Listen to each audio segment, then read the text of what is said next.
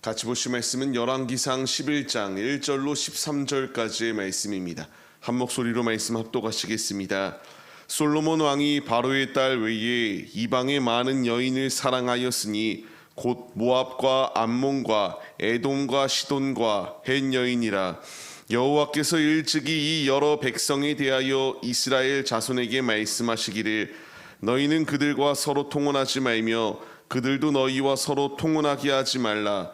그들이 반드시 너희의 마음을 돌려 그들의 신들을 따르게 하리라 하셨으나 솔로몬이 그들을 사랑하였더라.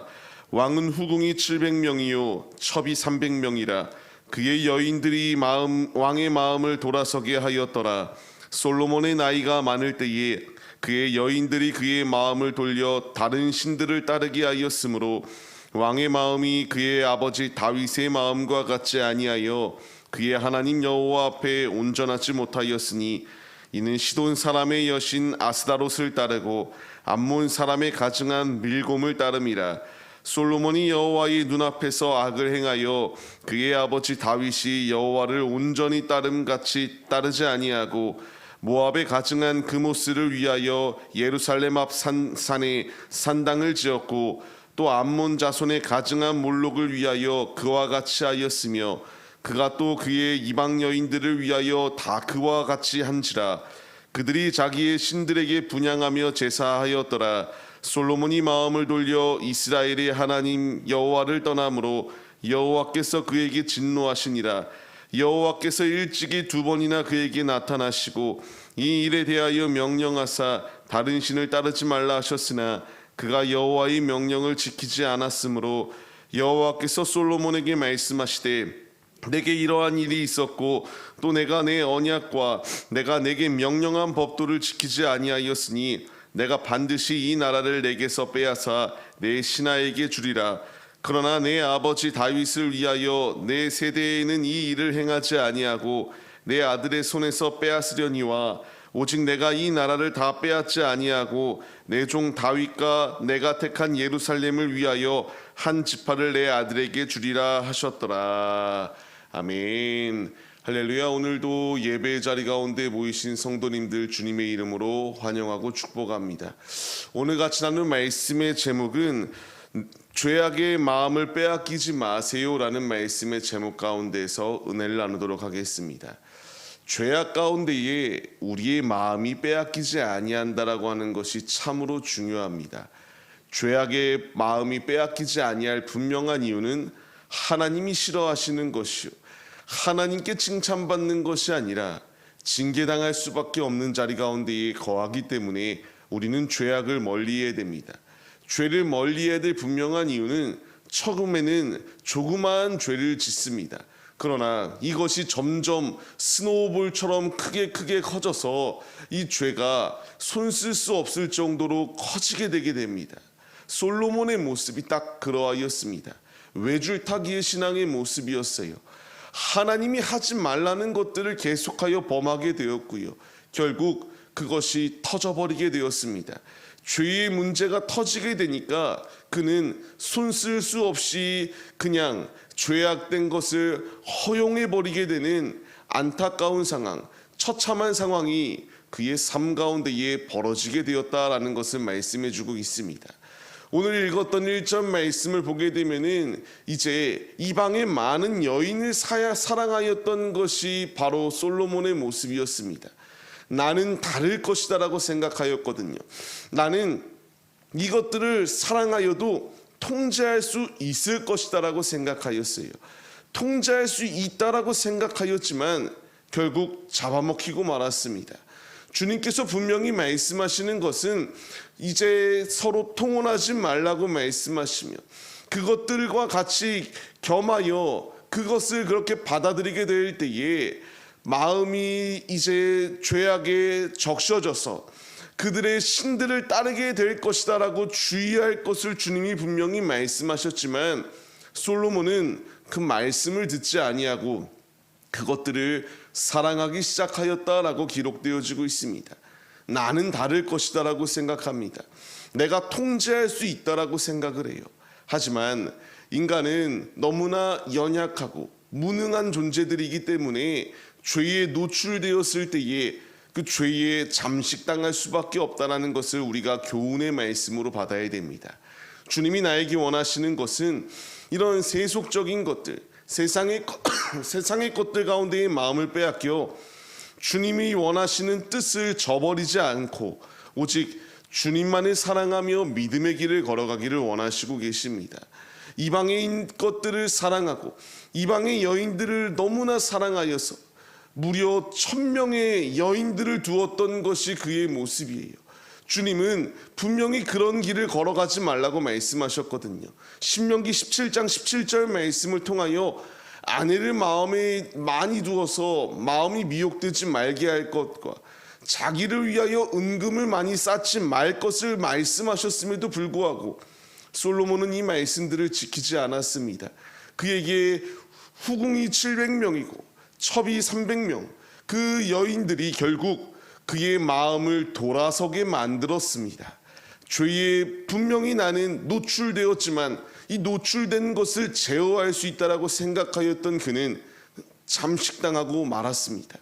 우리가 주의해야 된다는 거예요.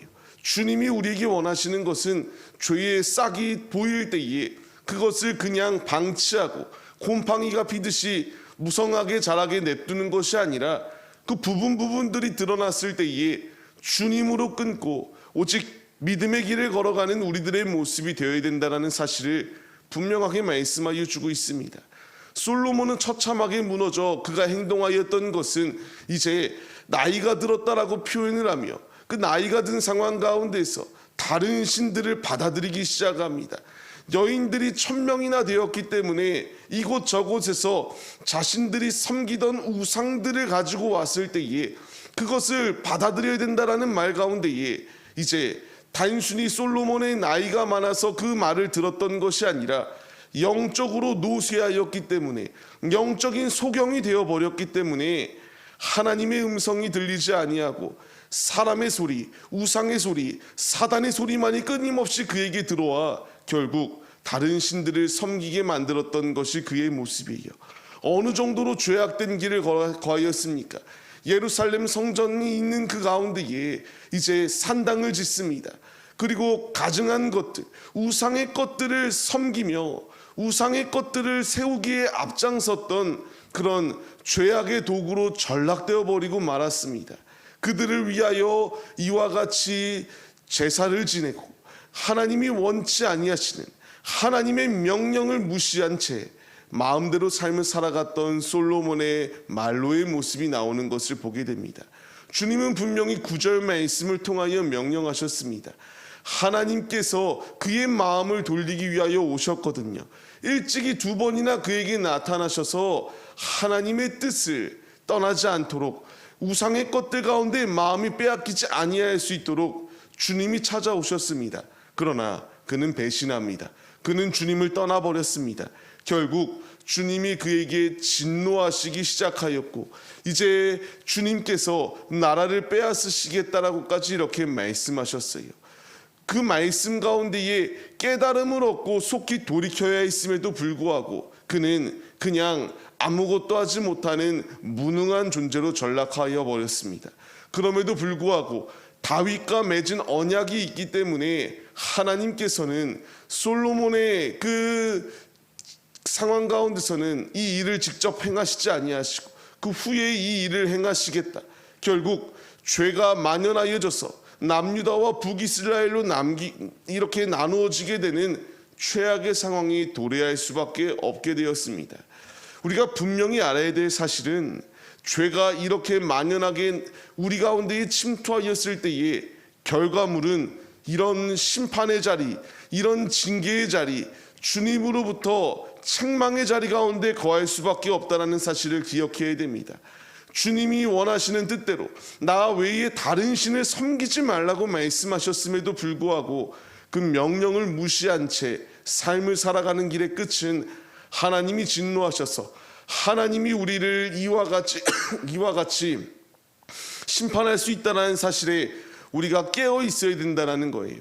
우리의 삶 돌아봐야 됩니다. 그리고 결단해야 됩니다. 주님이 나에게 원하시는 삶은 처음에는 뜨거운 신앙의 모습이 있었으나 솔로몬과 같이 몰락하기를 원치 아니하십니다. 영적으로 노쇠하여져서 하나님의 뜻을 분별치 못하기를 원치 않으세요. 주님이 원하시는 뜻은 오직 죄악의 것들을 끊어버리고 성결한 모습, 거룩한 모습으로 주님의 길을 걸어가기를 원하시는 것이 우리 주님의 뜻입니다. 고린도후서 7장 1절의 말씀을 보게 되면은 이제 약속을 가진 우리들이 행해야 될 것이 있다라는 것이 분명히 말씀하십니다. 거룩함을 온전히 이루어 나가야 됩니다. 온갖 더러운 것 가운데서 우리를 깨끗하게 지켜나가야 되는 사명이 우리에게 주어졌습니다. 이제 우리가 이 일을 행할 수 있는 길, 요한일서의 말씀과 같이 예수 그리스도의 보혈의 피로 우리의 죄를 깨끗하게 할 수 있기에 우리의 삶의 자리 가운데서 죄악의 것들이 틈타려고 할 때에 보혈의 피를 의지하여 끊고 믿음의 길을 걸어가야 된다는 사실을 분명하게 말씀하여 주시고 있습니다. 잠언서의 말씀을 통하여 우리에게 명령하시는 것이 무엇인가? 마음을 지키라고 말씀하세요. 오늘의 삶, 솔로몬은 그 마음을 지키지 못하였습니다. 1000명이나 달하는 그 후궁과 첩들을 두어서 결국 그가 몰락의 길로 걸어가고 말았습니다. 나는 제어할 수 있다. 나는 죄악의 자리 가운데서도 끝까지 주님을 의지할 수 있다. 육신의 생각 가운데에 거하였던 그의 길은 이와 같이 처참한 마지막을 향하여 달려가고 있습니다. 말씀을 받는 성도님들, 우리에게 필요한 것은 하나님의 말씀에 순종하여 믿음의 길을 걸어가는 것입니다. 마음을 지켜야 됩니다. 죄악이 내 안에 틈타려고 할 때에 마음을 지켜야 되고, 죄악에 오염되어 있는 부분들이 보일 때에 주님으로 거룩하여지기 위하여 힘써야 됩니다. 예수의 보혈의 피를 의지하여 끊어야 되고, 오직 믿음의 길을 걸어가야 함이 마땅하다라는 사실을 우리가 잊지 마시기 바랍니다. 솔로몬의 모습을 통하여 우리가 교훈의 말씀을 얻고 죄악의 자리가 아니라 오직 주의 말씀에 순종하여 믿음의 길을 걸어가 주님 안에 승리하는 삶의 모습들이 되시기를 소망합니다. 우리가 이제 삶의 자리 가운데 파송되어 삶을 살아갈 때에 마음을 지키시고 사단의 계교에 무너지지 아니할 수 있도록 날마다 주님으로 무장하여 영적으로 노쇠한 자가 아니라 영적으로 깨어 성령 충만하여 주님의 길을 걸어가 주님의 영광만을 나타내시는 하나님의 자녀들이 되시기를 주님의 이름으로 간절히 축원합니다.